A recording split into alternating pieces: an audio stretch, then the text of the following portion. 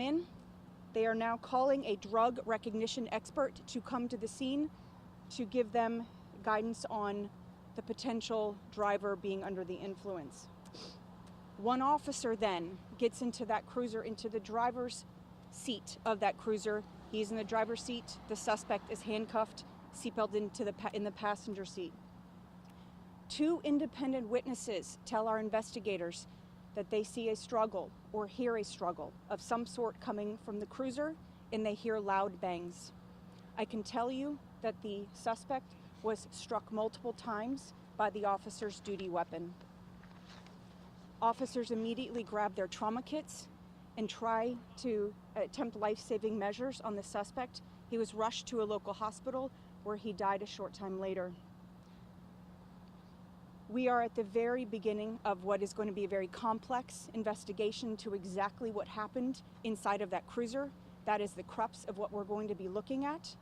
We have our Internal Affairs Division, our Criminal Investigation Division, our evidence techs, and our commanders are out here, and they're going to be looking into exactly what happened inside of that cruiser this evening. I can tell you that this was not caught on a body camera, and we are looking to see if any other cameras were in the area that could help us piece together what happened. I can answer just a few questions for you, but that's basically what we have preliminarily this evening. Can you say if the suspect was handcuffed in the front or the back? It is my understanding, Darcy, preliminarily that he was handcuffed in the back. Okay, so he's sitting there with his hands behind That his is my back, understanding. handcuffed. Yes, Seatbelted that is our preliminary understanding of what happened inside of that car, yes.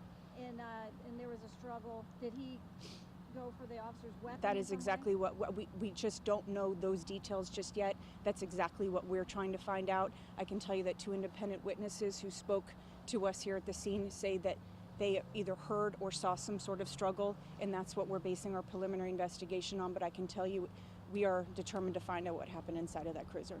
Was it normal to put a suspect like that in the front seat passenger? Yes, that is typically where we take suspects who were then going to be brought to the Department of Corrections for processing, are brought and transported in the front seat. Okay, because usually the back seat has, kind of like the... Here in Prince George's County, we typically transport in the front seat. Okay.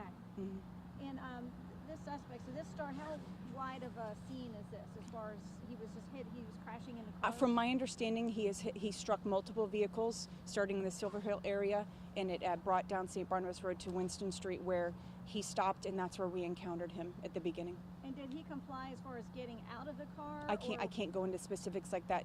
That is exactly what we're looking at, exactly our entire interaction with him, both outside and then inside of the cruiser. And do you know where he's from? Are you identifying I don't know. I do know he's an adult male, but from where he is, I know that we are going to be notifying his family if that has not already been done. But I can tell you it's an adult male. And the officer is on administrative leave, which is our standing operating procedure whenever there's a discharge, and his name will be released tomorrow.